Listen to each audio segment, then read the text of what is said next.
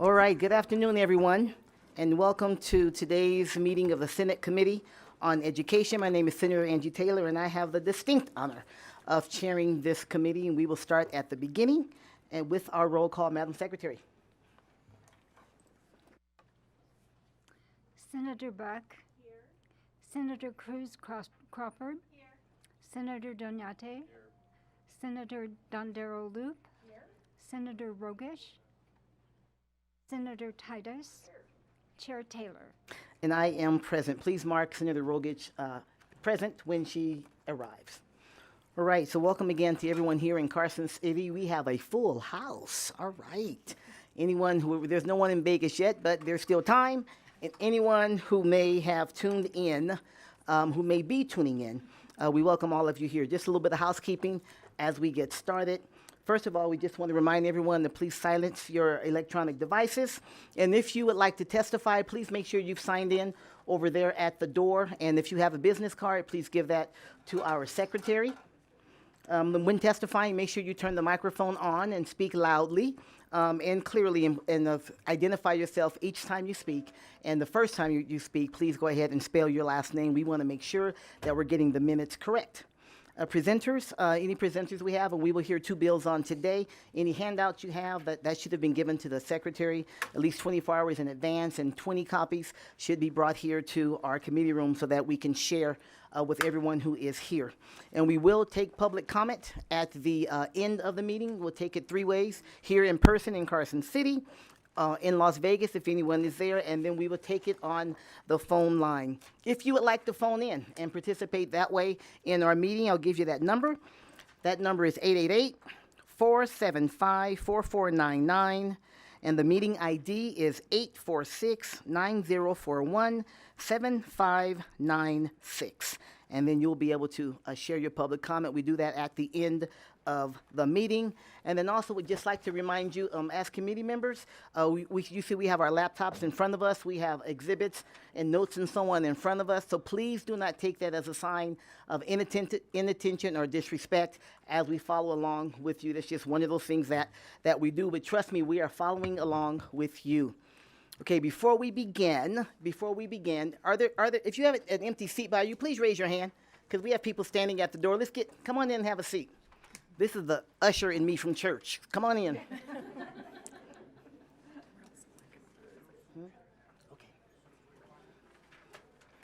Did I get everything? Okay.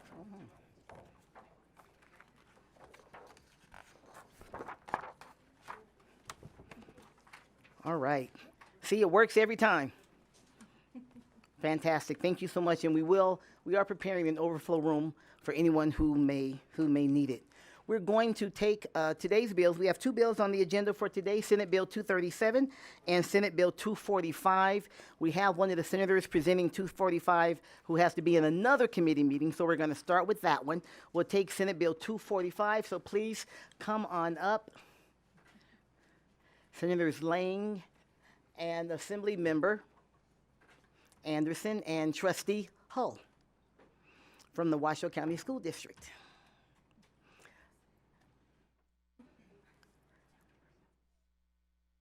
Christine doesn't want to sit in the middle. That's okay. All right. Thank you, ladies, for being here. That will be a part of the presentation. Fantastic, and they'll know when to come in. We're glad to have them, and thank you, ladies, for being here. You can begin when you are ready. Thank you. Good afternoon, Chair Taylor, members of the Committee on Education. I miss you a lot. I'm Roberta Lang, representing Senate District 7 in Clark County. I'm here to present Senate Bill 245, which builds upon the work this body has done to strengthen civics literacy in our state. The bill improves upon the state Seal of Civics program, creates an advisory council on civics education, and makes an appropriation to the Nevada Center for Civic Education Engagement. With me today to address my measure is Assemblywoman Natha Anderson, Ainsley and Christine Hall here in Carson City, and then we're hoping they arrive down. Oh, there they are. Abigail Negrete and Sebastian Rios in Las Vegas. Before I turn things over to my co-presenters, I want to provide some relevant background and outline provisions contained in SB 245. I would like to talk first about why this bill is before you today. In 2012, the Education Testing Service issued an insightful report called The Fault Lines of Our Democracy, Civic Knowledge and Voting Behavior and Civic Engagement in the United States. The report warns that many students in the United States lack acceptable levels of knowledge about civics. It also highlighted a growing concern about civic engagement and consequently the health of the country's democracy. Furthermore, a national survey released by Woodrow Wilson National Fellowship Foundation in 2018 found that about 1 in 3 Americans can pass a multiple choice test consisting of questions from the U.S. citizenship test, which has a passing score of 60. According to the National Assessment of Education Progress of 2022, saw the first drop in the NAEP civic assessment, a national average since 1998. The score in 2022 was not significantly different from the score in 1998. This lack of progress, in my opinion, is unacceptable. With that being said, we have done considerable bipartisan work over the last several sessions to bolster our civic literacy engagement in Nevada. Part of this work was seen through Senate Bill 194 in the 2021 session. This bill established the State Seal of Civics program to recognize high school graduates with a high level of proficiency in civic education by placing a seal on their diploma. Many of you are already familiar with the Nevada Center for Civic Engagement. This center familiarizes many of the system of democracy by providing support, empowering students, and engaging the community to cultivate a more education society. Most notably, the center provides We the People. And I just wanted to say, so my grandson goes to Reno High School. They have they're taking 100 students to Washington, D.C. for the We the People National Contest. And so that's so exciting. And I think that that is what this program helps to foster, is that engagement of students in We the People.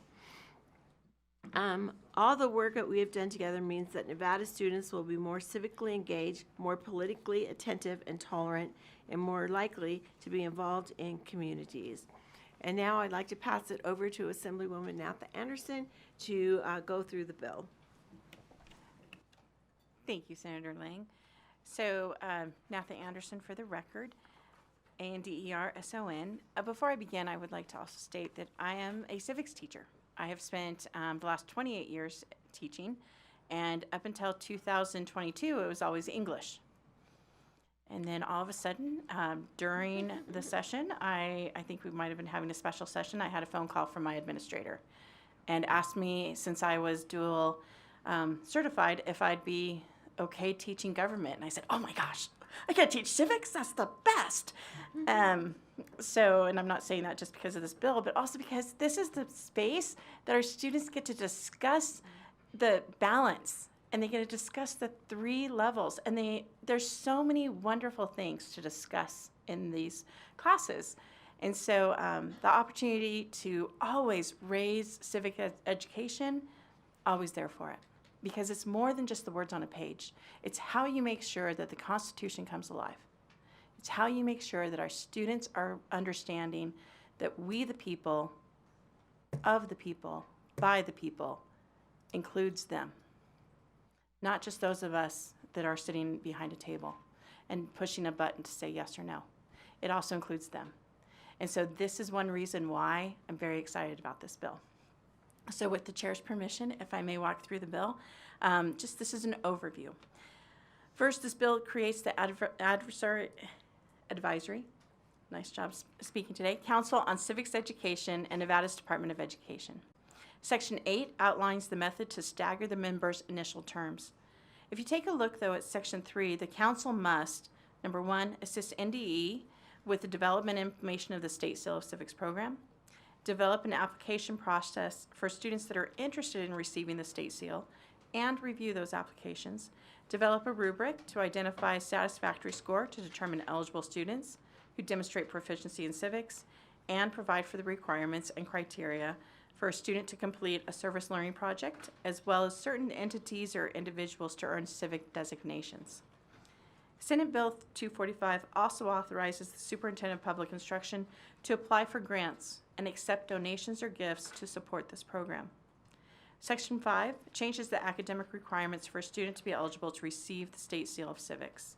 First, it lowers the GPA that a student must earn from 3.25 to a 2.5 on a 4-point grading scale, and requires a score of at least 80% rather than 90% on the civic exam to demonstrate proficiency. Finally, the difficult one, we are asking for some money to help pay for it. This engagement is to raise awareness around civic education programs and create awards in areas of civic education. The center will serve as the fiscal agent for funds received. Senator Lang, if you would like to continue. Thank you, Senator Lang, for the record. I would like to conclude with the remarks from the U.S. Supreme Court Justice Sandra Day O'Connor, who once said, "Securing our democracy requires teaching the next generation to understand and respect our system of government. This bill is an important step in helping to ensure more civically educated and engaged children graduate from our school." Chair Taylor and committee, at this time, I'd like to turn the microphone over to Christine Hull, Executive Director of the Nevada Center for Civic Engagement, and Ainsley Hall. Thank you. You want to scoot your chair up here? While we're doing that, if Chair Christine Hull, for the record, if you wouldn't mind, if I could call on Abigail Negrete and Sebastian Rios to get started while we're rearranging. Sure, why don't you go ahead in Las Vegas and just remember to state your name for the record as you begin, and then spell your last name if you would. And please go ahead when you're ready. Okay. Abigail Nagate, for the record, Negate. Honorable legislators, I stand before you today as someone who has experienced the power of civics education. Last summer, I spent countless hours speaking to community leaders, policymakers, and students, advocating for the very thing this bill sponsors: increased funding for civics programs. I can tell you firsthand how students are held back not by a lack of interest, but by a lack of resources. My school has the oldest and largest Model United Nations delegation in the city, yet many students can't afford to attend conferences due to a lack of funds. What is the point of having these programs if students don't have the resources to participate fully? I've seen what happens when students are given these opportunities. They don't just learn about the government, they engage with it. They don't just talk about change, they drive it. Nevada's next leaders are sitting in classrooms right now. There is a student who researched homelessness policies in Las Vegas for a school assignment and is now meeting with city leaders to advocate for the unhoused. There's a student whose brother faced challenges due to his disability, who is now advocating for the implementation of universal design across CCSD. There's a student who, after facing language barriers, has vowed to make language resources and bilingual education more accessible. I myself have faced financial barriers that have affected my education, an experience that drives my commitment to help low-income students have the same opportunities as their peers. Senate Bill 245 is an investment, not just in our students, but in the future of democracy. When we equip young people with knowledge of how the government works, we empower them to change and improve it. I know firsthand what it's like to face barriers to civic engagement, but I also know what's possible when those barriers are removed. We can invest in students today or face the consequences of an uninformed democracy tomorrow. I urge you to make the right choice and support Senate Bill 245. Thank you. Thank you. Job well done. Please go right ahead when you are ready. Remember to state your name and spell your last name for the record. Thank you. Good afternoon, Chair Taylor and honorable members of the Senate Education Committee. My name is Sebastian Rios, Sebastian Rios, and I'm a high school senior currently attending the Leadership Academy of Nevada. I come before you today to express my reflections on Senate Bill 245. I hope to share my key takeaways that I feel would positively and strongly impact the youth community here in the state of Nevada. To begin, I'd like to share a bit about my personal experiences with civic education. As a student, I have served in numerous civic capacities, including as chair of the Nevada Youth Legislature, course builder for my senior capstone project, where I built an active citizenship course for students to complete focusing on state government, and most recently, I have served as one of the 2 Nevada co-delegates to the United States Senate Youth Program. I have personally witnessed the positive impact that such civic engagement can create, and so I know we need more students participating in civic activities. Now, to highlight some specific segments of the bill, first I'd like to share about the civic seal in general. SB 245 grows the civic education to Nevada students by directly providing them with encouragement to become active citizens.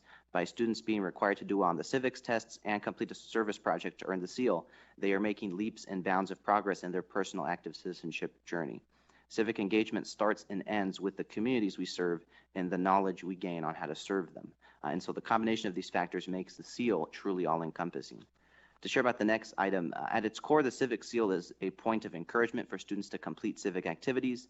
By lowering the GPA requirement, we would be opening the door for a larger number of students to be eligible for the seal and subsequently grow interest in civic engagement. To share my final reflection, part of the legislation would provide for designations for schools, students, and teachers who are civically oriented. These civic designations could serve as powerful forms of inspiration and encouragement to build further civic engagement into our education system. I personally know individuals from all these groups who would be enthusiastic and excited to chase these achievements and effectively benefit the communities we share as they complete their civic efforts. And so to conclude, I envision a world where Nevada is the leading civics education state in the nation, and I feel the civic seal and growing our civic education programs are crucial to revitalizing this achievement. And so by revitalizing our civics education, we will make immense progress towards this goal. Thank you for your time and attention. Thank you, Mr. Rios. And I believe you're a member of the student legislature as well. So welcome. Good to have you here. My name is Ainsley Hull. For the record, it's AINSLEIGHHULL. I'm currently a senior at Galena High School and will be graduating a full year early. I'm supposed to be a junior with an honors diploma. I will begin college with 36 dual credits through INCHI and Washoe County dual credit. I recently competed in the We the People program and placed second with one of my testimonies, so pretty proud. I'll be attending University of Nevada, Reno and majoring in public health and poli-sci and plan on studying public and going into health policy when I'm older. My parents have always taught me to be very actively engaged in my community and be civically engaged, and by getting this seal of civics, it was very important to me in high school, but some of the markings that you have to hit are a little harder to reach. I have the GPA, but the testing is where I struggle with. I've always struggled with testing anxiety since I was a little kid even, and by having a marking of just 90% or higher is a really strugglesome thing for kids like me who struggle with anxiety and sort of tend to blank out on exams. I know myself, I missed it by 1 point, which is a little frustrating because I know that I know the knowledge. It's just really hard to memorize it and keep it in my head when I'm actually taking a test. So situations like this can be a little harder to achieve, and by you guys hearing us out and being able to implement these new policies would be very helpful for kids like me. Thank you. Thank you, Ms. Hull, and congratulations on your second place finish. Thank you. Okay, I'll wrap it up. My name's Christine Hull, and I appreciate the opportunity to speak. Last name Hull. This civic seal means so much to teachers across the state. It means so much to students across the state. It's more than just a graduation recognition. It's an opportunity to deepen students' engagement in civics and social studies across all grade levels. It recognizes schools, teachers, and students for their role as civic leaders. And isn't that what we want? Everyone to be a civic leader. But more importantly, it encourages a more focused approach to civic education. which is already defined at every grade level through the Nevada Academic Content Standards. Each grade level has standards that work towards informed, engaged citizens who can think critically, engage in civil discourse, and contribute to their communities with age-appropriate lessons. This bill has nothing to do with curriculum and everything to do with involvement and engagement. Democracy is not just something students read about. It's something that they must practice. What we're doing here today, we're practicing democracy. In today's rapidly changing world, an informed and engaged citizenry is more important than ever. Civic education goes beyond memorizing the Constitution, also important, but it's about understanding our rights and responsibilities, being curious about the world around us, and driving meaningful change by using your own voice. As the executive director of the Nevada Center for Civic Engagement, I've been involved with the Civic Seal since its passage in 2021. We fully support the proposed changes and are dedicating staff time to ensure that students statewide can access this opportunity. The request for an appropriation is entirely for the purchase of the seals and the cords, and it does not go towards anything else in our organization. But the program's success really hinges on the establishment of the council to support its implementation. One person alone cannot manage this entire program. I used to be that person at NDE. That was my job. And now it's my friend Amanda Hughes, and she's doing an incredible job. But to be really fair, this is a really, really big undertaking for one person. One of the things that we looked at was the implementation of the STEM program in this state. So not only the STEM seal, but the acknowledgement of the schools of excellence with STEM. And they do have a council. They have a group of people who talk and do exactly what we want them to do, civil discourse, to decide which schools should be recognized for their incredible work. And that's what we're asking for with this council, is that opportunity for not just one person to do it, but a group of people. And in the bill, it does list several people, but that's just the minimum. There's a lot of opportunities in our state for civic leaders to be involved in these conversations. And I think that's it. We'll take your questions now, I think, unless Senator Lang has anything else. No, I was just going to mention that, and you already mentioned it, Senator Lang for the record.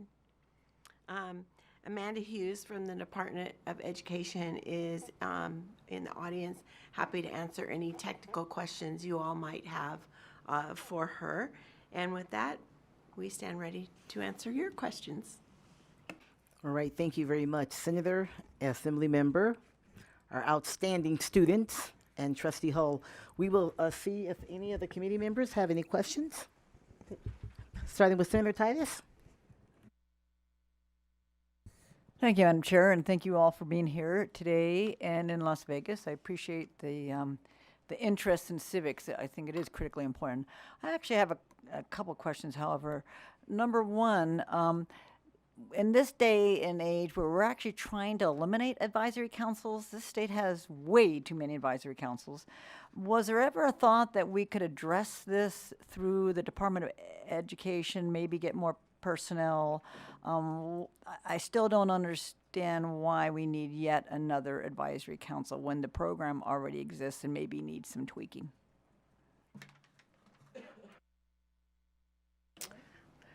Senator Lang for the record. I appreciate that question, and I kind of feel the same as you. Although in this case, I believe that as we are building the program out, we need a little more help. And to hire a staff person is lots more expensive than a $20,000 investment in the seals and the cords and having a volunteer group that would be the advisor group. I have served for, I think, 5 years now on the council that we currently have. And I think, are you on there, Senator John Darrell Loop? Yeah, it just, with everything we're doing, it becomes very difficult to add one more thing. And this would be a dedicated group of people that would work specifically on the items for this. So if I'm understand, thank you for that, Senator. And just so my understanding, this would be strictly a volunteer council. They're not going to be reimbursed for the times for their meetings. So this additional oversight is just about capacity then? That is correct. Okay. And then if I might continue, Madam Chair? And so thank you for that. I'm still wondering, did you reach out to the superintendent then and say, hey, we really feel this isn't getting adequate. Would you be interested in having more people serve on this? Or was there ever any dialogue with the superintendent? Thank you so much for that question, Senator Titus. Christine Hull for the record. Yes, Superintendent Ebert was part of the conversations, as well as several people at NDE.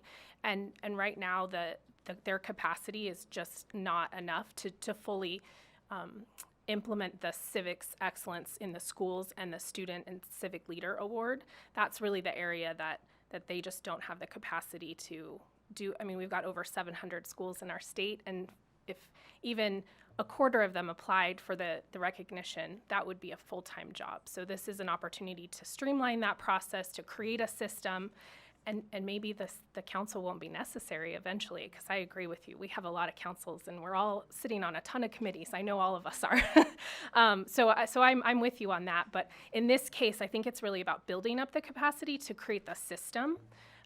And that's something that NDE does not have currently. And I think, like Senator Lang said, to hire another person at NDE would be a significant investment right now. May I ask another question? Thank you, Madam Chair.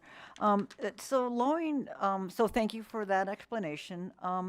Lowering the standards. I always am anxious when we lower standards. I thought these seals were just not like a participant, that you actually had to show some understanding, some advancement, some capacity to get that seal, with especially you earn that seal, as opposed to just taking yet another class. So the challenges would be that if you lower this, you think there'd be more students participating. And then the question I have is, how many students have you had participate already at the current standard versus your anticipatory, like the interest, like you were 1 point too low to participate? Do we have any idea how many people who applied that couldn't be part of this? I'm just wondering, really, would we really be reaching out to more students? Do you want me to? Go ahead. Okay, and then Amanda can, I'll phone a friend if needed. Okay, Christine Hull for the record. So currently, my understanding is that the Nevada Department of Education is working with the Infinite Campus company to develop a way to track it better, all of the seals in their system. And that has unfortunately not been the case up until now, so it's really district by district. And with the civic seal, our council that we have, so at this point, the members of the districts that are on it have said that as a district, it's very cumbersome to track it, and so they haven't really been able to. So unfortunately, we don't really have a lot of records on that. To answer the other part of that question, as a teacher, it is always hard for me to say, let's lower the bar. But I think in this case, we're not really lowering the bar. We're really saying it doesn't require being an honor student to be civically engaged. And I think that's the really important part. We're still keeping the part where they have to do a service learning project, which is getting involved. That's the doing, right? They're still proving that they're capable of the work. They're still getting over above average GPA. They're still taking the test, and 80% is a B on most, grading scales. And so that's still considered above average. So we're still asking them to be above average students, but what we're really asking them to do is focus more on the doing of civics in this situation. And maybe Assemblywoman Anderson can fill that in. If I could, Assemblymember Anderson, for the record, thank you for bringing that up, because I also was concerned about the grade. I really was. The score, I do agree with, though, lowering that one. And the main reason why, I had this last semester, I had of my 3 classes, 36, of about my 100 kids that took the test, I had about 25, 22 that could actually still qualify to be able to get that seal. And so I pulled those 22 kids aside and 25 kids aside and said, you did so well on the test. Great job. Well done. You can get the civic seal. I don't know what your GPA is. Let me double check that. But you could get the civic seal. I'm so proud of you. And this way you can do the project. Let's start working on it. 18 of those kids, because I wouldn't say 18, a high percentage of those kids, as I'm like visualizing all of them, but I'm not in AP or the college bound class. Why would I do that? Why would I do that? And I explained, oh no, this is something great for your resume. It can totally be involved. There's so many different ways for us to do this. And this way also you can get other people excited. I'm not in the AP class because I don't teach the AP class. So I think that bringing it down to that 80% would allow for civics to be for everyone and for people to see that the civic seal is not based upon an AP score or a college-bound score. It is for everyone. And one of my students is, he actually graduated in January. He's, I think right now is going to a welding thing, getting ready to become a welder in the next few weeks. He just sent me something about it because we were talking about civics things still. So for us to think that it's only for a college-bound student, that's not fair, and that's not right. Last question, I promise. How many seals, and maybe anybody in the room, please, how many seals do we offer? I think we'll do a phone a friend. NDE, you're 5. 5, thank you. All right, thank you. That was Amanda from NDE for the record. Thank you, Madam Chair, and thank you for the questions. You bet. Senator Dondero Loop? Thank you, Madam Chair. I'm just going to tag on to what the presenters are saying, and I think the thing that we need to remember about the seals is that it's like when you complete these certain amount of items, whatever they may be. I don't care if you're a scout. I don't care if you're in government class or financial literacy, or, I mean, we could name lots of things. At the end of the day, you get a seal or some kind of a pin that says that you have completed those things. And I think that's where we're going. And Assemblywoman is right. It's not about just being in an AP class. It's about completing these. And I use scouting because I think that it's nobody asked them what their AP class is. Nobody asked them what their grade point is. We're not lowering the grade point. We're just saying in these seals, if you achieve these items and you have a 2.5 grade average, then you too can receive this seal. So I think we're being all inclusive, and I think that we are telling kids, students, and you are absolutely right, that you all can do this, and this is something that they may not understand in high school is important going forward, but they will at some point. So I don't know if that was a question, but that was a comment. I guess I'm trying to be presenter here. The other thing that I would like to point out is that in Section 3, and I'm sorry I'm a little bit passionate about this, but I did a bill on financial literacy. So I think in Section 3 it outlines developing that process and reviewing the applications. And so I think Section 3 is really important for everyone to understand that that's where the meat, so to speak. And I want to thank Ms. Hughes for being ever so diligent on following this at NDE. And I'm sorry, do you want me to ask a question? Like, I don't know, what color are your eyes or something? No, we don't think. Thank okay, you. Thank you. Thank you so much. Senator Buck? Thank you, Chair Taylor, and thank you, presenters, for this. I noticed that the membership of this little council has Nevada Association of School Administrators, Clark County Education Association, Nevada State Education Association. I was just wondering if, like, what about Washoe Education Association, and what about a charter school, public charter school representative? Have you considered maybe adding those voices? Assemblymember Anderson, for the record, thank you for asking the question. NSC, Nevada State Education Association, has members that are in Washoe County, so that way they can do that. And I believe there's also some members of Nevada State Education Association who are also members of state charter schools, of some of the charter schools. So that is one thing that is, I believe, I could be off on that, just so you're aware of that.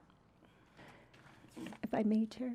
So oftentimes our public charter schools are not necessarily part of an association. So I was wondering if you would consider having a representative on this council who's from a public charter school that doesn't necessarily have representation.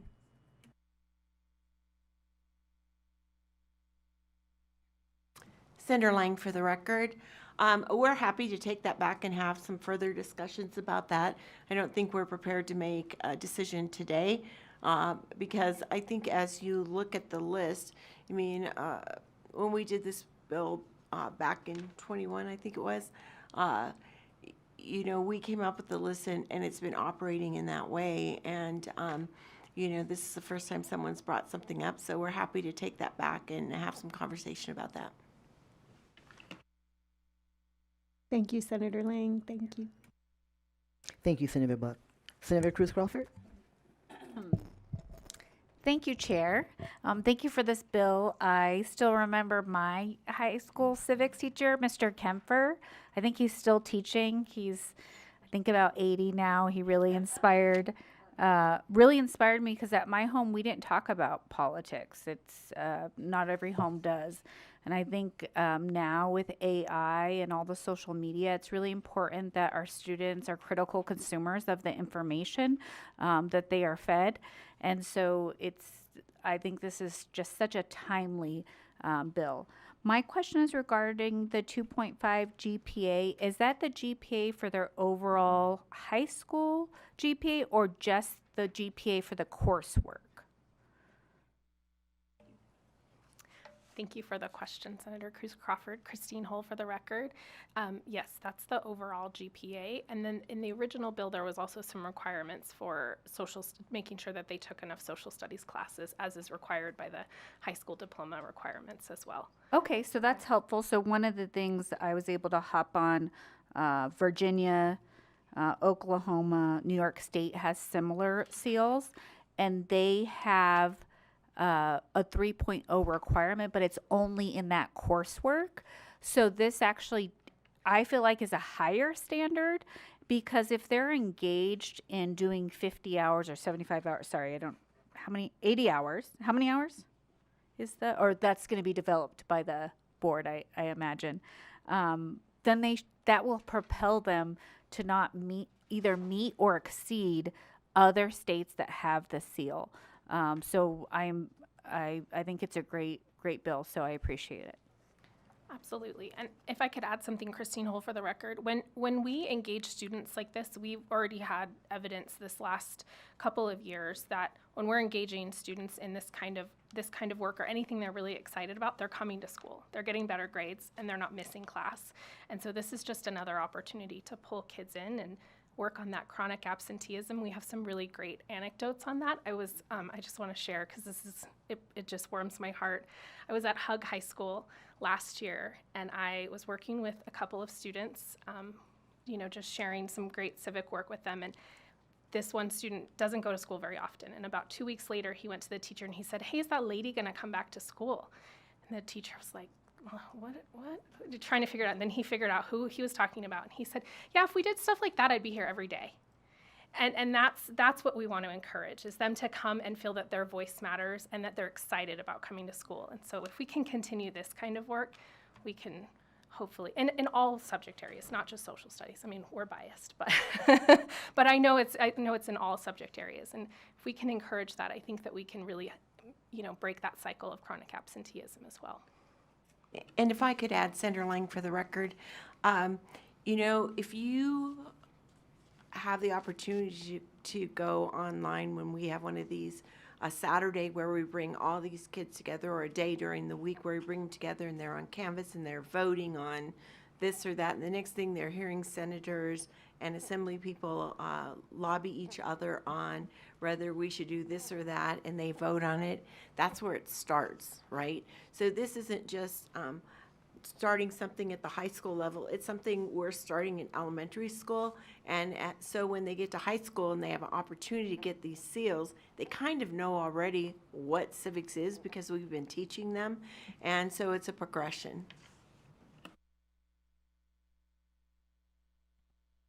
Thank you, Senator Cruz Crawford. I do have a question, and thank you for the presentation, really, and thank you for just encouraging more students to be civically informed, right, and engaged. So currently, I just want to make sure I'm clear on what the current status is. There is a seal, right? We know that, but there's no council, or there is a council. I heard something that said there was, but then we're talking like it isn't. There's a supposed to be council. There's a wish they were council. Okay, help me. Senator Taylor, you just hit it on the nose there. Christine Hull for the record. So after the bill was passed initially in the 21 session, the person at NDE was Janie Malorny in the social studies position, and she was filling several seats at the time and knew she could not do it on her own. So she called upon several civic leaders around the state, including in districts. So sort of similar to the setup of this council, but there was nothing formal. And so I think what Senator Lang was mentioning is that because a lot of us are doing many, many other things, we sort of fell off of keeping it up. So if it was formal, we would have that system in place. That's the role of that council. I think that's why we want to make it kind of a more formal process. So it's sort of in place. It's the way NDE went about it. Yes. But to formalize it might make it more consistent and so on. Yes, and Christine Hull for the record. And I also think that would be important for NDE to know that that's something they can consistently rely on, because they would still be the implementer of the actual seal, because they're the one who has the connection with IC, with Infinite Campus, to the districts, and that would stay that way. The council would have no access to the students' information or anything like that. I know that's very, very important. And so the NDE would still be implementing that portion of it, yes. I see. Thank you very much. Any more questions for the committee? Okay, seeing none, now we're going to just thank you for your presentation and invite you to sit back, if you would, as we continue with this hearing for Senate Bill 245. We will now open it up for testimony. First, we'd like to hear from anyone who is here in Carson City who would like to testify in support of the bill. And if you're there in Las Vegas and you would like to do so, please come forward at this time as well. Anyone else here in Carson City, please come forward. Make sure you state your name for the record, and you will have 2 minutes. I see others coming. Please, thank you so much. Go right ahead when you're ready. Hi, thank you, and good afternoon, Madam Chair and members of the committee. For the record, my name is Trevor Parrish, Manager of Government Affairs for the Vegas Chamber, here in support of Senate Bill 245. The Chamber is in favor of creating the Advisory Council on Civics Education, as the board will serve as a dedicated body to oversee and promote civics education across Nevada. By bringing together educators, community leaders, and experts in the field, the Council will ensure that our civics curriculum remains relevant and effective. Additionally, SB 245 revises the State Seal of Civics program, which recognizes students who have demonstrated a high level of proficiency in civics education. By updating the program's criteria, we can ensure that it continues to motivate and acknowledge students who excel in understanding the principles of our government. The Chamber would like to thank the bill sponsors for bringing forward this bill, and we thank the committee for your time and consideration of this measure. Thank you. Thank you, Mr. Parrish. Please go right ahead. Nicole Flangus for the record, last name Flangas, and I'm here with Tom Clark Solutions. Today I come before you in support of Senate Bill 245 on behalf of the Reno Sparks Chamber of Commerce and the Nevada Association of School Boards. Very much in support in the continued progress of civics education, and really like the assembly of the committee as well. Thank you, Ms. Flangus. Please go ahead. Madam Chair, committee members, my name is Susan Kima, and I am the Executive Director for the Nevada Association of School Superintendents. And we are in support of SB 245. Thank you for your attention to civics education. Thank you, Ms. Kima. Is there anyone else here in Carson City who would like to testify in support of Senate Bill 245? Okay, seeing none, we will go to Las Vegas, and not seeing anyone moving forward in Las Vegas, we will see if there's anyone on the phone line. AVS, is there anyone who phoned in who would like to testify in support of Senate Bill 245? Thank you, Chair. To testify in support of Senate Bill 245, please press *9 now to take your place in the queue, or raise hand in your Zoom window.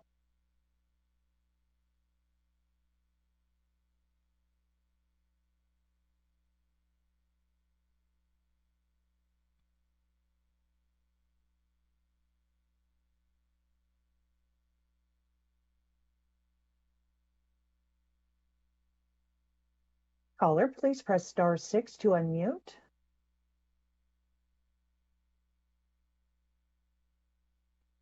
You're unmuted. Please proceed.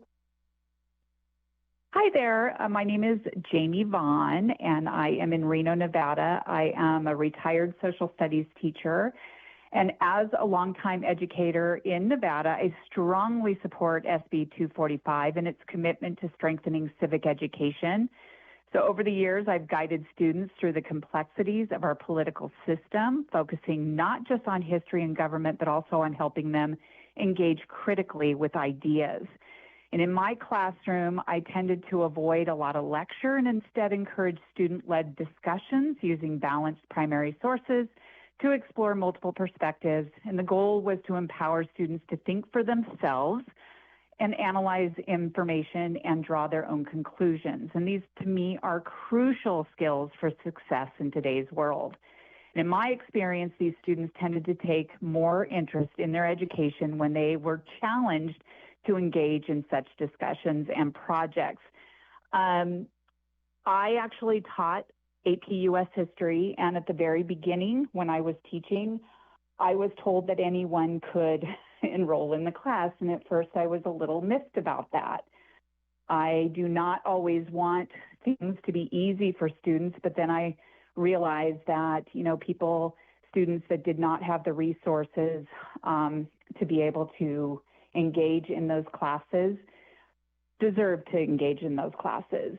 I also led student service learning projects over at AACT for a period of time, and the growth that I saw with these kids, no matter what background they were from, was exponentially amazing to me. And I am still in contact with these students today who actually send me messages and tell me how that has impacted their lives. So I feel that this bill is incredibly important to be able to open up to people, to be able to engage in the civics education. So I strongly support the bill. Thank you so much for calling in. Your time Thank is you. up, but I think you got it in. Thank you so much. AVS, is there another caller? Chair, there are no additional support callers at this time. Thank you so much. And now we turn to opposition. Anyone in opposition to Senate Bill 245 here in Carson City, please come forward at this time. Seeing none, is there anyone in Las Vegas who would like to testify in opposition to Senate Bill 245? Okay, seeing none, AVS, we'll see if there's anyone on the phone line in opposition to Senate Bill 245. Thank you, Chair. To testify in opposition to Senate Bill 245, please press star 9 now to take your place in the queue or raise hand in your Zoom window.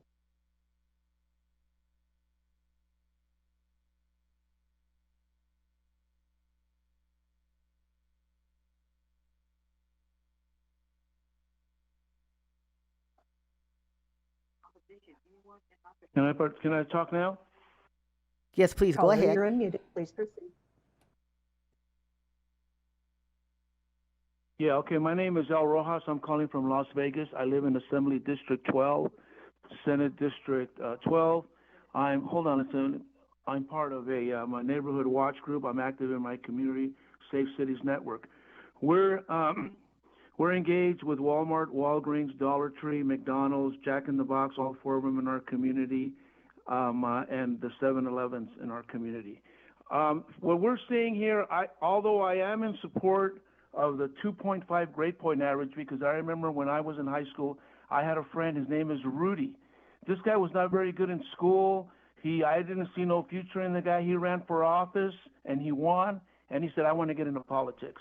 And if we would have had a civics class, I'm an engineer degree. I left Los Angeles. I grew up in Los Angeles, lived in Orange County, Newport Beach for 38 years. I know there is a science to a safe community, and I will be supporting this. I support the civics on one hand. I don't support the way it's written, but I do support that we need a class. And I can tell you that if my friend Rudy would have taken a civics class, he probably would have been one of the leaders that we needed in our inner cities. Now, the reason I don't support is the way it's written. It appears that somebody's going to be able to get a job, they can get appointed. I don't see enough community engagement. I would like to see the advisory board somehow hooked up with a high school where our neighborhood watch group and our community engaged citizens can go in there and help develop kids and let them know what the secret is to save communities, which is having good relationship with law enforcement and getting as many kids to read by the 3rd grade adequately as possible. Okay, that's the key to a safe community. And I'm talking to all you young kids that are out there listening. I grew up in an area, and my teacher told me, you're in a bad area in Los Angeles. My number one priority was to get the heck out of there. I went to Orange County. I went to Newport. We have homeless people there. We got 2 peers. We got drugs. And let me tell you, it is manageable. There is a science to it.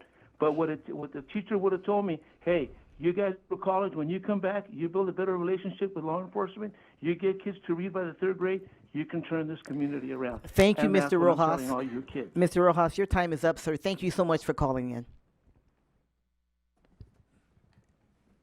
Chair, there are no additional callers in opposition at this time. Okay, thank you very much, AVS. Is there anyone who would like to testify neutral?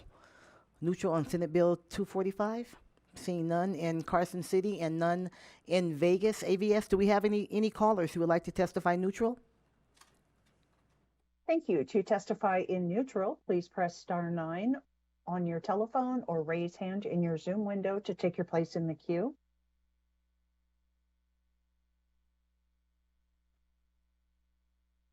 Chair, there are no callers in neutral at this time.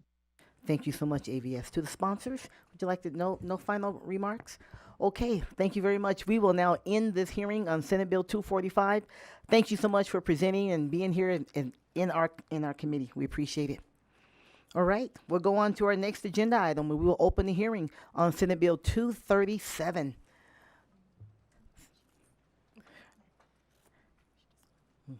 Right on time, Senator Nguyen.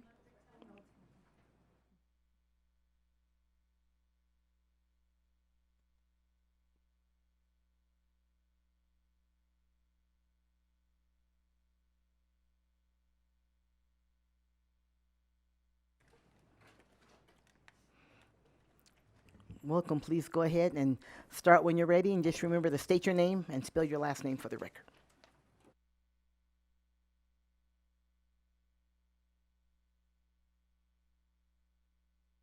Good afternoon, Chair and members of the committee. My name is Jolie Nguyen, and I'm a Nevada Youth Legislator representing Senate District 3, but in no way am I representing the Nevada Youth Legislature today, as we did not discuss this bill. Today, I am here to talk to you about a bill that is not only important in terms of policy, but also in its core values. This bill would amend NRS 396.540 to ensure that the spouses and children of the first responders who lose their lives in the line of duty in Nevada can attend institutions within the Nevada system of higher education by prohibiting the Board of Regents of the University of Nevada from assessing tuition charges. I want to take a moment to share why this legislation is personal to me. Since my freshman year of high school, I've had the privilege of working closely with officers from the Las Vegas Metropolitan Police Department's Office of Community Engagement, specifically Officers Grant Okinaka, Elliot Castile, and Sam Diaz. It all started with my food distribution program, where I partnered with Metro to distribute over 600 pizzas, chicken wings, and other food items from Pizza Hut to students at Clark High School every Monday after school. Metro didn't just help distribute the food, they engaged with the youth, got to know the students, and built relationships with the community. From there, my relationship with them only grew stronger. They invited me to speak at numerous community events, and even to become a mentor for students in their programs. Over the years, we've organized free Target shopping trips for students, hosted trunk-or-treat events, planned free community dental events, outreaches, and led rice drives to distribute food to those in need. And most recently, we launched a tutoring program at Desert Oasis High School to help students succeed academically. Through all of this, I have developed a deep connection with these officers and their families. I've seen firsthand the sacrifices they make, the dedication they bring to their work, and the love they have for their families. At the end of the day, when their shift is over, they go home to their loved ones, just like any of us would. And that is why this bill matters so much to me, because when tragedy strikes, those families should not be left alone to struggle. At its heart, this bill is about honoring sacrifice. Every day across our state, first responders, our firefighters, law enforcement officers, paramedics, and other emergency personnel wake up, put on their uniforms, and step into uncertainty. They don't just go to work, they go to serve. They answer calls for help in the darkest of moments, run towards dangers when others run away, and put their own safety second to ensure that our families, our neighborhoods, and our communities are safe. Most of us go about our daily lives assuming that they will always be there. We take for granted that when we call 911, someone will answer. When there's a fire, someone will rush in. When there's an accident, someone will arrive without hesitation to help. But what we often don't think about is the cost of that duty, the price that is sometimes paid. When a first responder dies in line of duty, their sacrifice doesn't end with them. The loss goes beyond the uniform. It leaves behind families, spouses, children, and loved ones who are left to grieve, to pick up the pieces, and to redirect their lives to make up for the loss of a person they loved most. A child loses a parent. A spouse loses a partner. A family loses not just emotional support, but often financial stability as well. And for so many of these families, the dream of higher education, the dream that their loved one works so hard to provide for them, becomes uncertain, if not impossible. This bill is about making sure that doesn't happen. By providing a tuition exemption for the surviving spouses and children of fallen first responders, we are allowing these families to move forward without the added burden of worrying about paying for an education. We are ensuring that the children of our heroes still have a chance to pursue their education, to build a future, and to fulfill the dreams their parents had for them. This isn't about politics. This is about people. It's about ensuring that our gratitude as a state goes beyond words and is reflected in action. We often say that we honor those who serve, but true honor is shown in what we do to support the families they leave behind. I want to share a story, one of many that illustrates why this bill is so necessary. In 2022, police officer Trung Tai of the LVMPD tragically lost his life while responding to a domestic violence call near UNLV. Officer Tai was shot and killed due to a domestic disturbance call in the 800 block of East Flamingo Road at about 1 a.m. The subject opened fire from inside his vehicle as Officer Tai and his partner attempted to make contact with him at the intersection of East Flamingo Road and South University Center Drive. Officer Tai and a civilian were both struck by the subject's shots. He succumbed to his wounds while being transported to a local hospital. A dedicated officer for 23 years, his death left behind his 19-year-old daughter Jada, who would then face the challenge of pursuing her education without her father's financial support. Now, imagine if Nevada had a policy like this in place at that time. Imagine if, instead of worrying about how to afford tuition, that child could focus on learning, growing, and honoring their father's legacy by pursuing a future full of opportunity. This is what that bill seeks to do. Specifically, the bill proposes an amendment to NRS 396.540 as follows. All students who are a surviving spouse or child of a first responder, as defined in NRS 193.1678, who was killed while acting in the normal course of duty in the state. This exemption would provide these families the opportunity to attend Nevadan colleges or universities without the financial burden of tuition fees. This bill would add a new provision to the existing statute that already exempts certain groups from tuition charges. This provision would extend those exemptions to the families of first responders who have made the ultimate sacrifice in service to our state. First responders, as defined in NRS 193.167A, are listed as any peace officer, firefighter, or emergency medical provider. Peace officers include the following, according to NRS 289.150, sheriffs, their deputies and correctional officers, city and town marshals, police officers and correctional officers, court bailiffs and deputy marshals of certain district courts, constables, and their deputies. And according to NRS 450B.199, an emergency medical provider is defined as an emergency medical technician, advanced emergency medical technician, or paramedic who is certified pursuant to this chapter. By including this provision in the law, we are creating a clear path for these families to continue their education and move forward without the financial stress of tuition fees. It's a small but significant way to honor their loved ones' sacrifices and give them the opportunity for a better future. To the members of this committee, I ask you to think about the first responders in your own communities, the police officers who patrol your neighborhoods, the paramedics who respond to emergencies, the firefighters who risk everything to keep your family safe. Then think about their families, their spouses, their children. Imagine what it would mean to them to know that their state stands with them, not just in grief, but in their future. This bill is an opportunity to ensure that Nevada doesn't just say thank you when tragedy strikes. We show it. We honor sacrifice not just with ceremonies and plaques, but with tangible support for the families who have already lost so much. I urge you all to support this bill, not as a policy, but as a promise that in Nevada we do not forget our heroes, a promise that their families will not be left behind. a promise that the sacrifices made for our community will be met with gratitude, respect, and meaningful action. Thank you for your time and consideration. Thank you, Ms. Nguyen. Senator? We are ready for any questions that the committee might have. Okay. Thank you very much. A great job on the presentation. Questions from the committee members? Senator Titus. Thank you, Madam Chair, and thank you very much for bringing this bill forward. I was proud to sign on to it, but I do have some questions. I'm sure you would be surprised if I didn't. It doesn't say in the bill, and I've looked forward, when would this start? Is it effective immediately, and how far back would it go? Are we going to look at any time somebody in the loss of duty that's in Nevada, and would they have access to that, for example, the officer's family that you mentioned?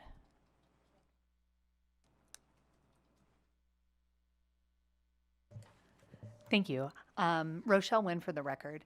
That is something that we are currently looking at. Right now, it would be forward moving from this date on. There are some families that we would like to make sure that we are able to include within the period of this legislation, but we are also aware of, there may have been families that have already paid for tuition, and we want to try to be fiscally responsible in how we would be able to and who we would decide to cover in it. So it is something that we're still working through, and we're open to any suggestions for amendments as far as looking forward or including some of those families that might not be included in the way it is currently written. Right, thank you for that, because I think that there's probably some officers, some EMS folks whose families who have passed away who may have still minor children in the home, and that might be a way of addressing that as just a thought.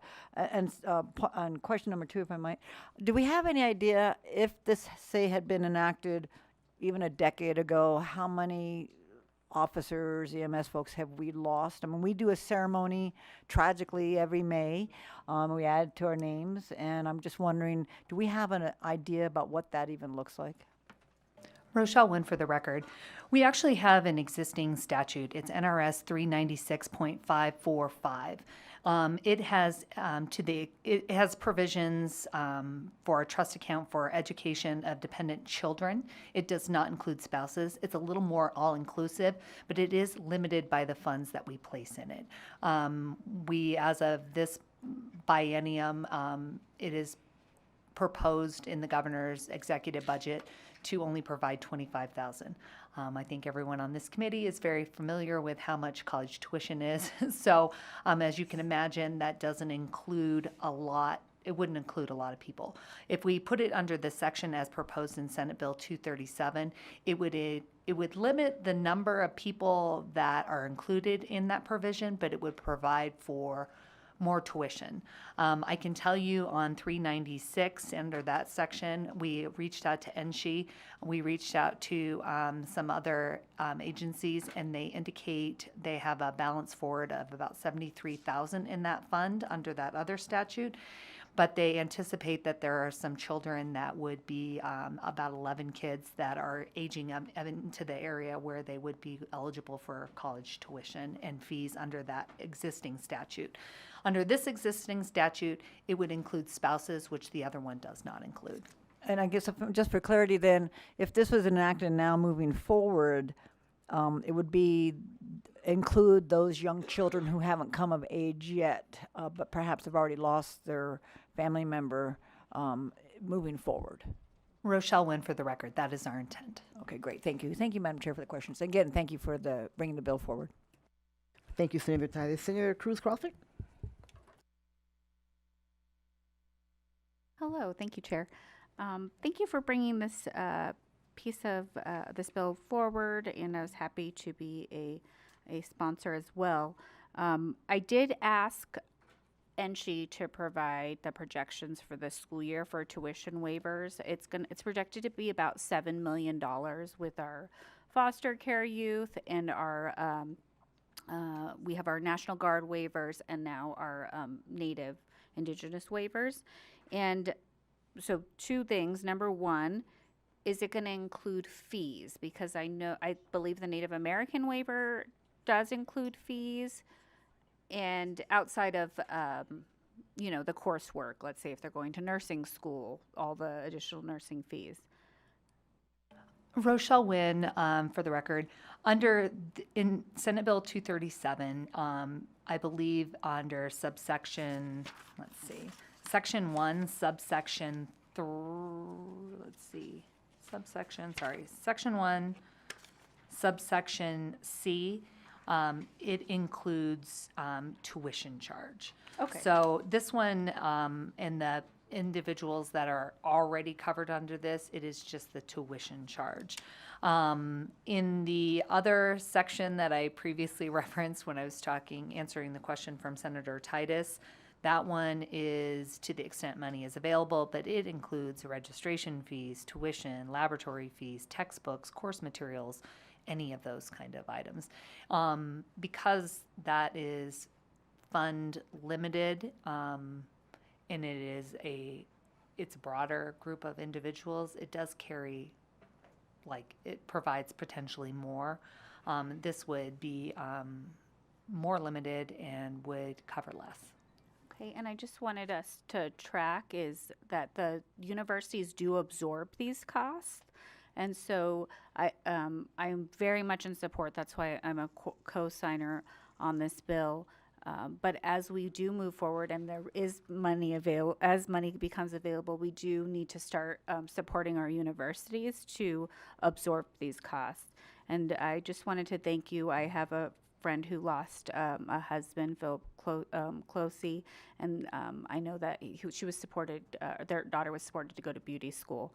And so I really appreciate that. And then on a personal note, my brother had killed a cop. And so I'm really happy to be able to pay that family back with this. Thank you.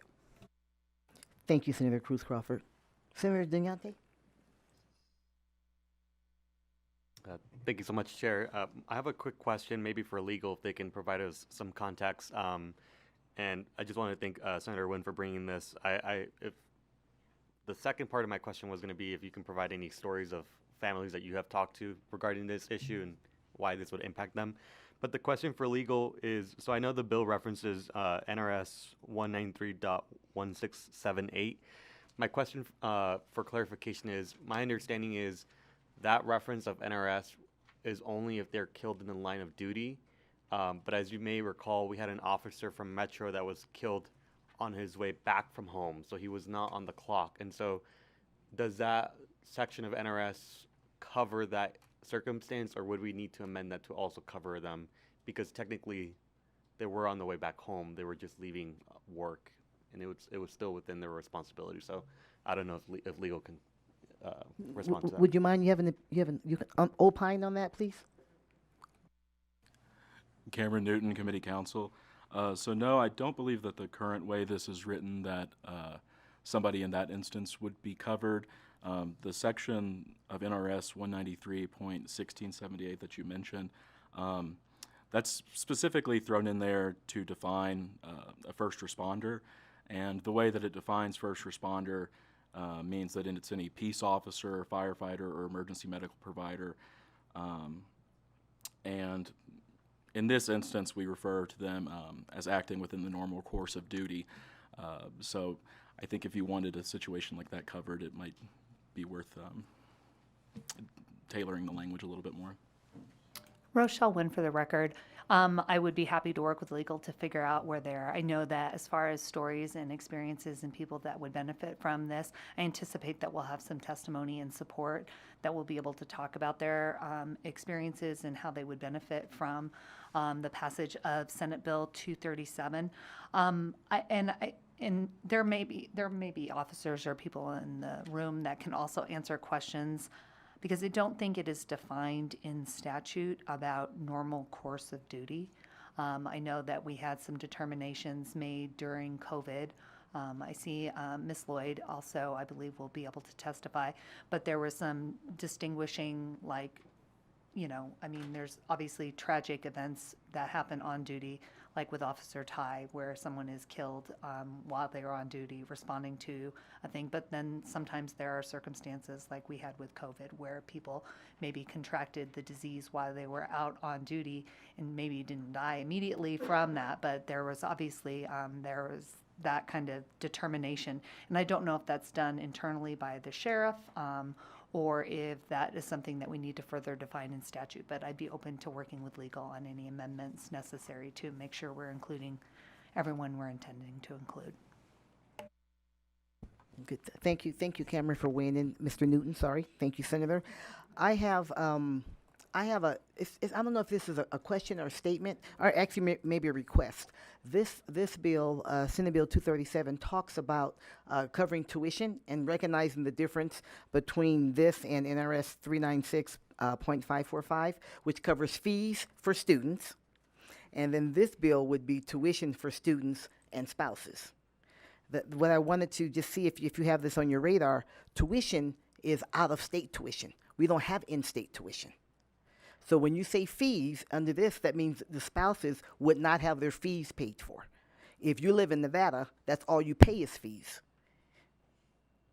So I don't know if that was intentional, because it isn't going to be as much of a benefit. And I just want you to know that what your intention is may not be covered here. Rochelle Wynn, for the record. We'll definitely talk with staff about what we are intending to include in this. I know we're still having ongoing conversations about where the best placement of this is, whether it's where we have it currently proposed in 237, or whether or not it might be best placed in NRS 396.545, and kind of where we can move that needle in making sure that we're honoring the legacies of the fallen officers. Thank you, Senator. I thought this it's an important bill. Truly it is, and I want to just make sure that that you're covering what we're covering, should this pass, what we intend to. And so that fees for spouses is an important thing that isn't currently covered as the bill is written. So, other questions from the committee? Okay, seeing none, thank you so much for your presentation, Senator Wynn and Ms. Wynn. We appreciate that. Now we will open up, as we're continuing in this hearing for Senate Bill 237, we'll open up the floor for anyone who would like to testify in support. Please come forward at this time. If you're in Las Vegas and you would like to testify in support, please come forward at this time as well. And just as a reminder, you're going to have 2 minutes, and then please state your name for the record, and please spell your last name. Gentlemen, go ahead when you are ready. Hello, Chair, members of the committee. My name is Troyce, Troyce. Last name Krumme, Krumme. I represent the LVPMSA. We are the association that represents the sergeants, lieutenants, and captains with the Las Vegas Metropolitan Police Department. We'd like to thank Senator Wynn for bringing this important bill forward. I'd like to thank Ms. Wynn for that amazing presentation. And this is what we would like the committee to understand. When police officers receive their badge when they graduate the academy, they understand that they're turning a significant portion of their lives over to the community in service. What's underscored is how much our families have to turn their lives and our lives over to the community as well. And with that comes a level of responsibility from the community to provide certain promises and protections in that. I think this bill goes a long ways in providing one of those promises that should any of our members or a police officer in this state or a firefighter have to pay the ultimate sacrifice in service of the community, that this is a promise that can be paid to the community as a way of thanks for that family. Thank you. Thank you, Mr. Krumme. Please go ahead. Good afternoon, Chair, members of the committee. My name is John Abel, John-Abel, representing the Las Vegas Police Protective Association. We represent the non-supervisors at LVMPD. In 2011, my daughter was a week old. My son was 5, and I was at a Walmart at Spring Mountain and Rainbow when somebody decided to pull out a .45 and shoot at me and my partner. My partner was hit 4 times, and I was almost hit. Knowing this could have been in place for them, my son is now a freshman at UNLV, and my daughter is in the 8th grade. It would have meant a lot, so that's why we support this bill. I see some of our spouses are widows in Las Vegas, so thank you for showing up, and I want to thank Senator Wynn for bringing this bill. Thank you so much. Thank you, Mr. Abel. Please go ahead. Good afternoon, Madam Chair, committee members. Jason Lesher, Jasonlesher, of the Washoe County Sheriff Deputies Association. And as my colleagues mentioned, I'm just going to give it a ditto and say thank you very much. Thank you, Mr. Lesher. We always have time for a good ditto, just for the record. Please go right ahead. Chair Taylor, Senate Committee on Education. My name is Chris Reese. It's R-I-E-S. I represent the Las Vegas Metropolitan Police Department. First, I want to thank Senator Wynn and Youth Legislator Wynn and their phenomenal, impressive, important I can't say enough adjectives for that presentation. We at the LVMPD, we support SB 237, and we honor and support our fallen heroes and their families in this bill. Thank you. Thank you, Mr. Lesser. Please Good go ahead. afternoon, Chair Taylor. Mary Sarah Kinner, Kinner with the Washoe County Sheriff's Office, and I will go with the ditto. Thank you. Thank you, Ms. Kinner. Please go. If there are others, please come forward at this time. Please go ahead. Thank you. Austin Daly with the University of Nevada, Reno, for the record. We are here in support of SB 237, as the bill would make it easier and more attainable for a surviving spouse or child of a first responder to achieve their higher educational goals. We want to thank Senator Nguyen and Nevada Youth Legislator Jolie Nguyen for bringing this bill forward. We want to thank Senator Cruz Crawford for her comments on the bill as well. Thank you. Thank you. Please go right ahead. Good afternoon, Daniel Archer, Nevada System of Higher Education. We recognize the significant hardships that these students have faced and think this is a fitting way to support them and honor the legacy of fallen first responders. So, and she supports this bill. Thank you, Mr. Archer. Please go ahead. Hello, my name is Zoe Rasmussen, and I am with Nevada After School Network, and I'm in support of this bill because many families that come here today, many of the families that are in support of this bill have gone through things. If your family was in that situation and you were a stay-at-home parent or you were a parent that worked from home without much income and your family was going out every day to risk their life and then one day they ended up dying on the field, you wouldn't have a lot to support yourself. You wouldn't have many things to help you get through that hardship, but this bill will help. This bill can help you with that. This bill can help people in that situation, and this bill can help people get back on their feet after losing a loved one and cover many things that are in favor for them. It can help them get on their feet and just help finish,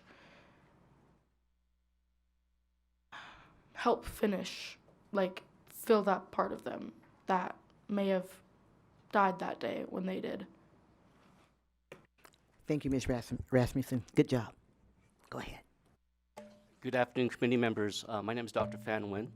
Prior to my daughter being involved with the police department, my only encounter with police is when I get tickets. But after the last 2.5 years, I've had a different viewpoint of our officers. From them volunteering with her food distribution and dental outreaches to the low-income community of Las Vegas, to rice drives, to mentoring and tutoring students, I see how great these guys are. They're family members. They are husbands. They are great father. I see so much of them, the personal side. Last year when I almost died, I was in ICU for 6 days. These officers came to visit me. They called and checked up on me, made sure I was okay, made sure my family was taken care of. So in effect, they're like family.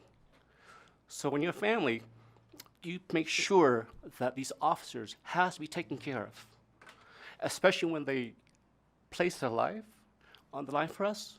We must ensure that we take care of their family when they pay the ultimate sacrifice. As such, I recommend you approve the bill, and thank you, Senator Rochelle, for introducing the bill. Thank you very much. Thank you, Doctor. We are certainly grateful for those who are husbands and fathers and wives and mothers. All right, we'll go to Las Vegas now. Please go ahead when you are ready. Just state your name for the record.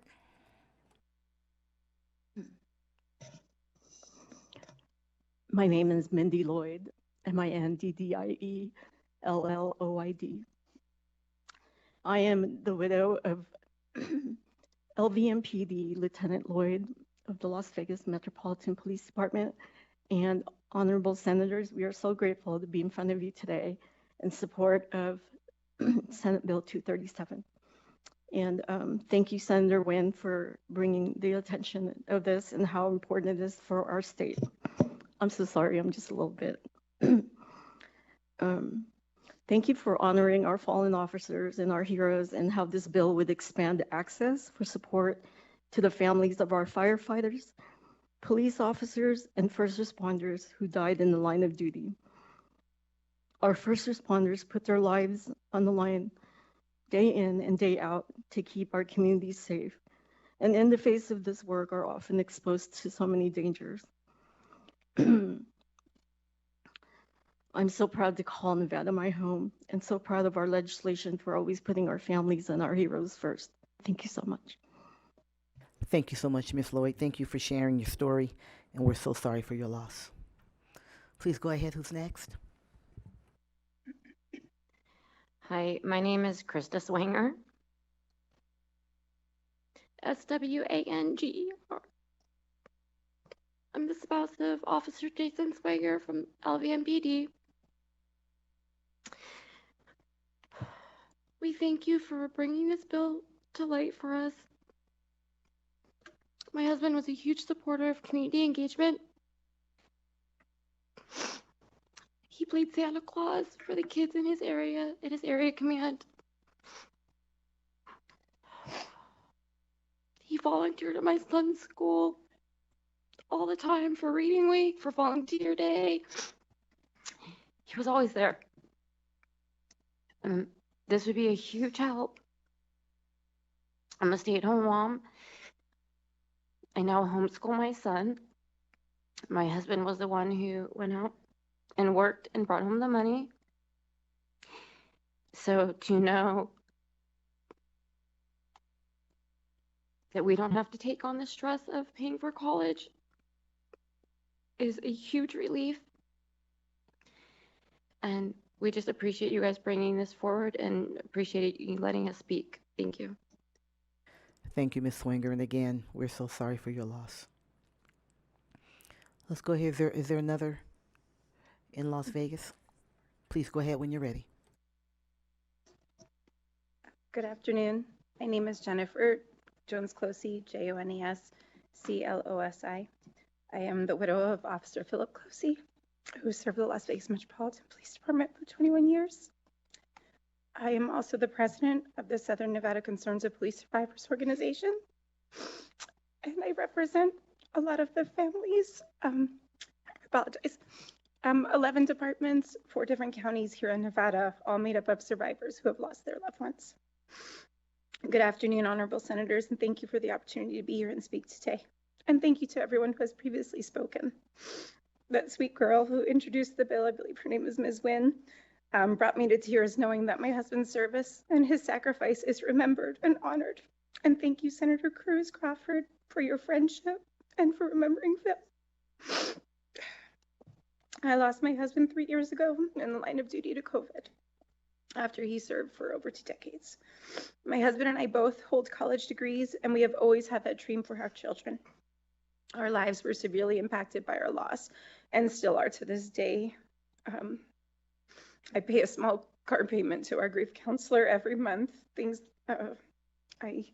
My children attend a grief camp for children just like them every summer. All of these things would not be in our life if he was still here with us. My husband was a patrol officer for the majority of his career, but he was also a DARE officer from 2006 to 2012. He worked on the youth education sector for the LVMPD. He wrote a school violence awareness program after there was a shooting at Palo Verde High School, and he was a member of the Spartan Task Force in order to make our schools safer. He was that dad that coached hockey and played kickball on the corner of our street with all the children in the neighborhood. When he found out that a boy on our hockey team had lost his dad a few years prior, he mentored him, not knowing that our children would be just like that boy a few years later. My kids, when he passed, our kids, my son was 14 and my daughter was 16. He passed the day after her 17th birthday. She was about to start her senior year of high school. Attending her high school graduation without her dad was brutal. They would love the opportunity and the resources to continue his legacy. My son is going to graduate high school soon, and it's his dream that he pursues a career and a degree where he is able to utilize the tragedy that's happened to our family to counsel other people. My children have endured so much, as have I, as have all of the families I represent at SNV Cops, and I urge you to please pass this bill. If you can just take one thing off of our plates, it really means a lot to our families. Thank you so much for caring enough. Thank you, Ms. Jones-Closey. And again, we're so sorry for your loss. Please go ahead when you're ready down in Vegas. Hi, for the record, my name is Noah Swanger, Noahswanger. Thank you for bringing this bill to light for us, the families of the fallen. I would highly appreciate the passing it for being able for me to go to college and taking one more thing off my mom's plate after being a stay-at-home mom. Thank you. Thank you so much for being here. Great job. Seeing no one else coming forward in Las Vegas, AVH, is there anyone on the phone line who would like to testify in support of this important Senate bill? Thank you, Chair. To testify in support of Senate Bill 237, please press star 9 now to take your place in the queue.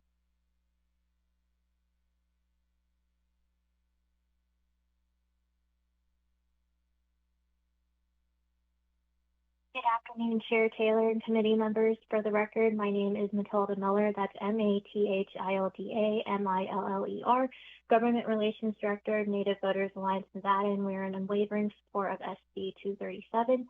My husband is a first responder. He's worked in hospitals and ambulances, and now he's the one running towards emergencies when people need help the most. When a call comes in, he doesn't hesitate, he just goes. While he's out there saving someone else's family, I live with the fear that one day he might not come home to me and to the family that we're building together. That's a fear that never fades, and unfortunately for some families, that fear has already become the reality. When a first responder makes the ultimate sacrifice, their family shouldn't have to struggle to find their path forward.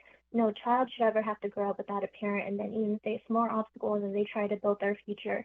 No spouse should ever have to say goodbye to the love of their life and the person that they built a life with and be left wondering how they'll carry on without them. I think about this every single time my husband gets to work and when he goes to station and when he's on his way home. Every first responder family does. We pray that the worst never happens, but if it does, their sacrifice should mean something. Their family shouldn't have to fight for a future that their loved one would have given anything to secure for them. We urge your support. Thank you. Thank you, Ms. Miller. Is there another caller? Yes, Chair, we have 2 additional callers. Yes. Can I toss now? Yes, please, go ahead. Yeah, hi. Thank you, Madam Chair. This is Al Rojas, Assembly District 12. I apologize for the last 2 testimonials. I've been a little passionate. I'm a member of neighborhood watch groups, and our main one, Safe Communities Network, our motto is the best community, support law enforcement, and keep kids in school. So I get very passionate about that. For the record, we're engaged with Walmart, Walgreens, Dollar Store, McDonald's, 7-Elevens, 4 7-Elevens in our area, Jack in the Box. We're over Central Center. We're part of an HOA, and we're really strong in Assembly District 12. I'm in 1,000,000% support of this. This is a no-brainer. You know, we definitely need to take care of our first responders, just like our veterans. I can tell you that as a neighborhood watch group, I work closely with LVMPDs, with the Metro's community outreach program. I lived in Irvine, Newport Beach, Huntington Beach for 38 years. We have homeless people there. We have drugs. We have riots. That's correct. We have riots in Huntington Beach when we have the surf championships. And it's still one of the best managed tourist towns, just like Las Vegas is. These problems are manageable, and it takes community engagement. It takes people who are willing to step up for their community and put it all on the line.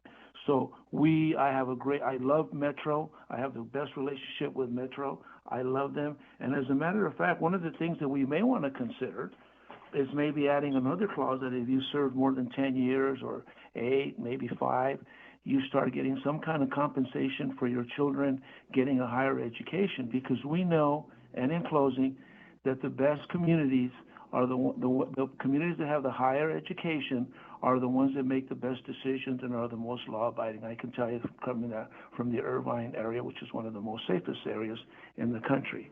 So with all that, I do support that. And thank you, Madam Chair, for everything. Thank you very much. Thank you, Mr. Rojas. Next caller, please. Hello, my name is LVMPD Officer Will Sumapong. For the record, it's Sumalpong. I just want to thank Senator Nguyen and Jolie Nguyen for bringing this bill forward to Nevada. I just want to declare our unwavering support for this. Um, it's I've been on the department for 8 years now. My mentor to actually become an officer for Las Vegas Metro was fallen officer Charleston Hartfield. Um, he had children before he passed, and now they're a little older now, but I could see where their family would benefit from having something like this. When I hit the streets, every day going to work, I would like to know that if this bill was passed forward, that my family wouldn't have to bear the burden of losing me and the income I bring forward. So I just want to thank everyone here that showed up to support this bill. And again, special thanks to Senator Nguyen and to Julie Nguyen. Thank you so much, officer, for calling in. Any other callers, AVH? Chair, there are no additional callers at this time. Thank you so much. Is there anyone here who would like to testify in opposition? No, we would like to, Senator Nguyen would like to open up support again. Who would like to testify in support who just got here? Come on up. We'll make time for you. It's okay, please. Just state your name for the record and spell your last name, okay? All right. Okay, sorry. My name is Phoenix for the record, Phoenix Tibbs, Tibbs. I am in support of this bill because as a student, I go to high school and I see a lot of kids who do go to do the same thing. And it's hard for them emotionally, but it's also hard for them financially. So if we can just support them financially, it can really help their grieving process emotionally and really get through that. Because if we help the grieving financially, then they can focus more on the emotionally, and if they're focused on emotionally, they can get past that part of their life and grieve in the most healthy way possible. So yeah, that's why I'm for this bill. So yeah, thank you so much. You're welcome, Ms. Tibbs. Thank you for coming to share your thoughts. Now we'll open it up for any opposition to this bill. Seeing none in Carson City, seeing no one coming forward in Las Vegas. AVH, is there anyone on the phone lines who would testify in opposition to Senate Bill 237? Chair, we have no additional callers at this time. Thank you so much. And now we'll go to neutral testimony. Any neutral testimony here in Carson City? Seeing none here, seeing none in Vegas. AVH, did someone just pop on the phone line in that little bit of time? Chair, there are no additional callers at the moment. Thank you so much. Now we will, Senator Nguyen, Youth Legislator Nguyen, please come forward if you have any closing remarks. Just briefly, I really want to, I didn't mean to make everyone in the building cry today, but I just really wanted to thank the women that came in Las Vegas that shared their stories. I know that, I'm going to make myself cry again. I know that the grief and the heartache that they go through every single day didn't end just on that one day, and it is something that they are dealing with.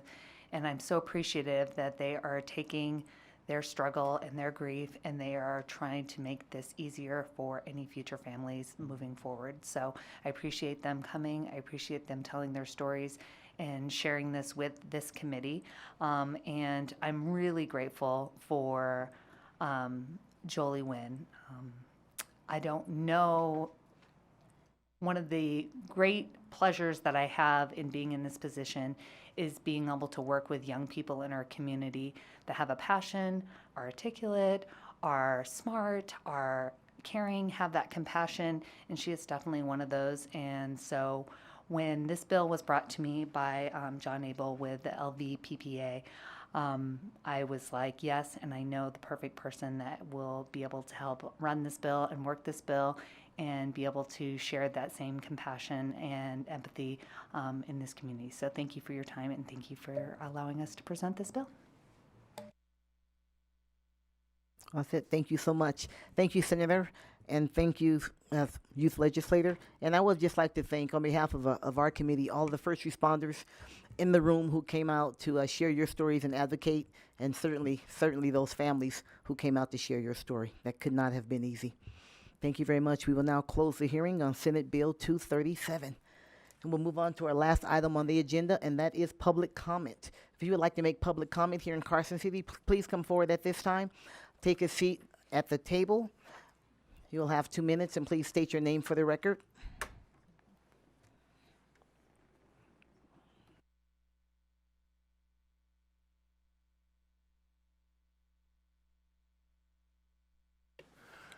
John Eppolito, an experienced teacher told me, quote, "If it wasn't for all these screens, we wouldn't need so many school psychologists," end quote. It's good that we are starting to get cell phones out of the classroom. Protect Nevada Children suggests internet-free cell phones for children. We also think it's time to begin limiting screen time for education. Annette Rothman, nurse practitioner from Renown Hospital, wrote this: "Screen time causing, exacerbating childhood psychiatric disorders." She told me she sometimes prescribes children stay off screens for a period of time. New York Times, a dark consensus about screens and kids begins to emerge in Silicon Valley. Many of the dot-com executives severely limit their own children's use of screens up to a screen-free primary education. I sent an email to the school board about Dr. Kardaris' book Glow Kids, where he states, quote, "Excessive screen exposure can neurologically damage a young person's developing brain in the same way cocaine addiction can." A year later, Jessica told the Washoe County School Board that is exactly what happened to her son. He first became addicted to screens, then drugs, which culminated in an overdose. We've had elementary school kids in Reno using their district-issued devices to watch XXX pornographic videos on Pornhub.com. We've had students, Nevada students, bullied via social media up to the point of suicide. School districts are putting devices in the hands of children and taking little responsibility for the harm being done to these kids. ProtectNevadaChildren.org. Thank you, Mr. Eppolito. Please go right ahead. State your name and spell your last name for the record. For the record, my name is Jack Latham, Leatham, and I am the former Clark County Youth Mayor, and I am here advocating for STEM. STEM is a fun and efficient way for kids to learn about science, technology, engineering, and math. This is important because with better STEM thinkers, we can better tackle problems such as climate change, housing, and much, much more. STEM is important to me, and I hope you vote for more STEM in schools. Thank you. Thank you, Mr. Mayor. Please go right ahead. Katie Zoller for the record, Zeller. I'm with the Nevada Institute for Children's Research and Policy, specifically with the Nevada After School Network. And I've brought a handful of our students today that are here with the flight crew. They're specifically here to talk about our statewide initiative incorporating more students in STEM. Part of our program is supporting those after-school programs that are providing those opportunities. Obviously, we focus on more than STEM. We focus on advocacy so that they can become educated citizens and provide with testimony and anything else needed in Nevada. So I'm going to allow these students, when they're after, to come up and share about the importance of women in STEM. Thank you. Thank you so much, Ms. Zeller. If there are others, please have them come forward at this time. Please go right ahead. State your name for the record. Good afternoon, Chair and Committee. I'm Araceli Valadez, Valedez. Today, myself and others in the audience are here representing Partnership Douglas County and the Nevada Statewide Coalition Partnership.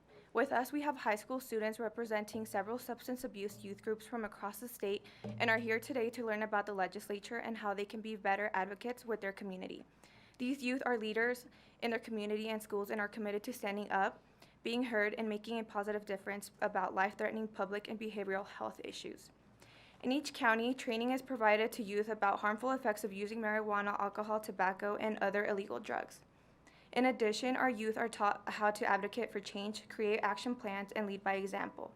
This year, our youth created an advocacy video highlighting their need for your support with the things they are passionate about. The video will be shared with the Nevada Institute for Children's Research and Policy, but can also be found on our website at www.pdcnv.org. Thank you for your time. Thank you, Ms. Valdez. Please go right ahead. Hello, my name is, stated for the record, Melody Garcia Bishop, GARCIA-BISHOP, and I am a freshman at Churchill County High School. When I was younger, I used to love doing any extracurricular or sports, but as I've gotten older, I've noticed that it has become less of a priority to push out opportunities to the youth, which is why I am here advocating for that. Thank you. Thank you, Ms. Garcia Bishop.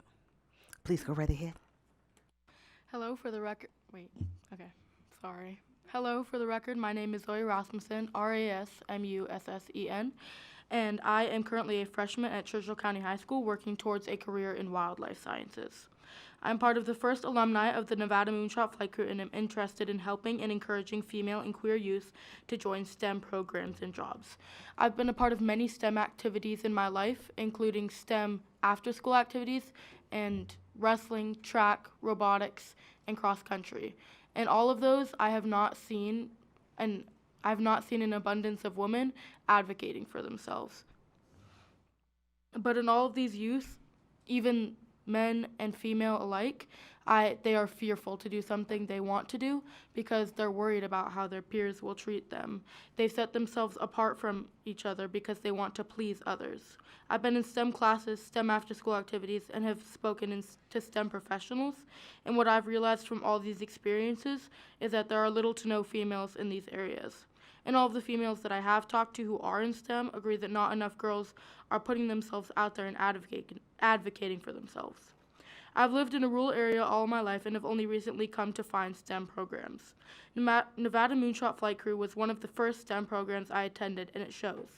Many people do not have access to STEM programs because they do not know what they are, nor do they know that they are available. Many STEM programs are not doing enough for their youth and pushing it out to them, and that is a problem I'm eager to fix. Thank you. Thank you, Ms. Rasmussen. Mouthful. Please go right ahead. My name is Phoenix Tibbs, Tibbs for the last name. To share a little bit about my journey before I get into what I'm advocating for. I'm a woman in aviation. I'm not a pilot yet, but I'm going towards it. I've done my first solo this September 10th. It was supposed to be 11th, but I was like, no, let's not do that. But I'm also in Civil Air Patrol, which is an after-school program, and also a part of the Moonshot Flight Crew 2023, and I'm an alumni currently. And through all this, these are all after-school programs. And I'm not some genius or I'm like a brainiac. I'm just a normal, average kid who was just exposed and introduced to the right exposure through after-school programs. So I'm here advocating for funding towards STEM after-school programs. By funding these programs, you can reach kids from all classes, all GPAs, because it's not about where they are currently. Because I remember elementary, I was getting D's and I was about to get held back and stuff like that. But now I flew a plane by myself and I'm in straight A's because of the exposure I've been introduced throughout the years. So I think STEM advocacy is key in funding. So thank you so much for your time. Thank you, Ms. Tibbs. And don't dare say you're just like everyone else. Not too many straight A students out there flying planes. Please go right ahead. Good afternoon. For the record, my name is Shiana Akeripa, Akeripa, and I was a part of the first inaugural 2023 Nevada Moonshot Flight Crew. And my STEM journey started in robotics, and I would just like to say that in every single extracurricular and leadership program I've been the first and only Polynesian. And here I would just love to spread light that there is still a huge gap in the demographics in STEM. And even when I was looking for scholarships and other programs, there is a big emphasis on the AAPI community. But through those programs, there has been no recognition towards the PI, the Pacific Islander part. And next week I will be heading up to Washington, D.C. because I'm a youth ambassador for the National STEM Festival. And here I still try to spread light and advocate for my community and try to help all the Polynesian, because I'm Samoan, so to help all the youth that I can to really get their voices heard in their communities. Thank you. Thank you, Ms. Akeripa. Seeing no one else here in Carson City and seeing no one at all in Las Vegas, AVH, is there anyone on the phone line who would like to make public comment? Thank you, Chair. To provide public comment, please press star 9 now to take your place in the queue.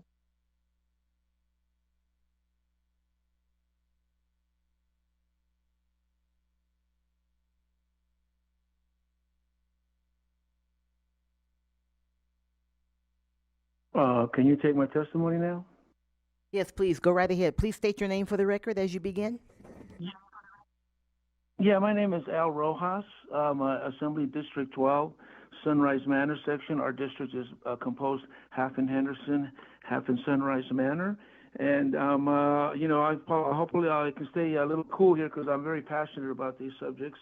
I'm a member of a neighborhood watch group, and we know the best community support law enforcement and keep kids in school.